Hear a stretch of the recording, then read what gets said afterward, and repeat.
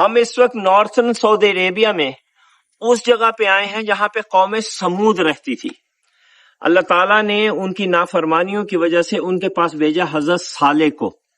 جب حضرت صالح نے ان کو نصیحت کی تو یہ قوم سمود کے لوگ بڑے مغرور تھے.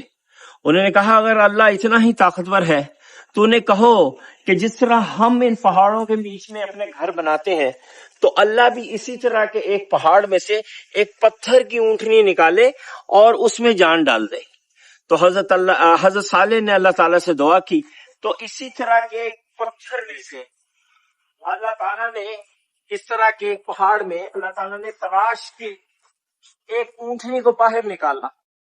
وہ اونٹنی اس پتھر میں سے نکلی اور وہ لیونگ ہو گئی، وہ زندہ ہو گئی. قوم سمود کے لوگ اس کو دیکھ کے حیران رہ گئے. بھائی جب قوم سمود کو انگلش میں نیپٹین قوم بولتے ہیں. تو جب وہ اس کو دیکھ کے حیران رہ گئے تو حضرت صالح نے کہا کہ لیکن اب ایک شرط ہے. یہاں پہ اس علاقے میں پانی کے چشمے تھے.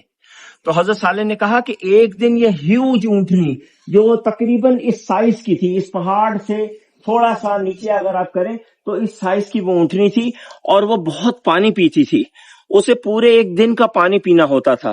تو حضرت صالح نے کہا کہ ایک دن تم پانی پیو گے اور ایک دن یہ اونٹنی پانی پیے گی. تو اسی طرح ہوا. کچھ دن تو ایسے چلا لیکن پھر قوم سمود کے لوگوں کو آ گیا غصہ. انہوں نے کہا یہ پورے دن کا پانی ہمارا پیتے ہیں اور ہمیں اس کی وجہ سے ہے پریشانی. تو یہاں پہ ہی کہیں پہ وہ بیٹھے ہوں گے لوگ قوم سمود کے.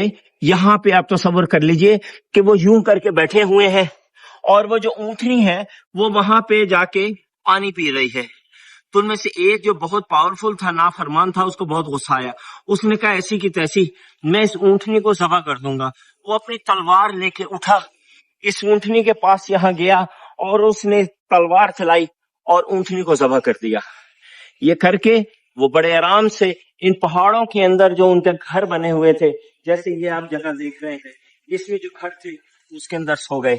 اور پھر اللہ تعالیٰ کا عذاب آیا، ایک زلزلہ آیا، زوردار کی ایک آواز گونجی اور پوری قوم سمود، جس کے قوم صالح بھی کہتے ہیں، برباد ہو کے رہ گئی.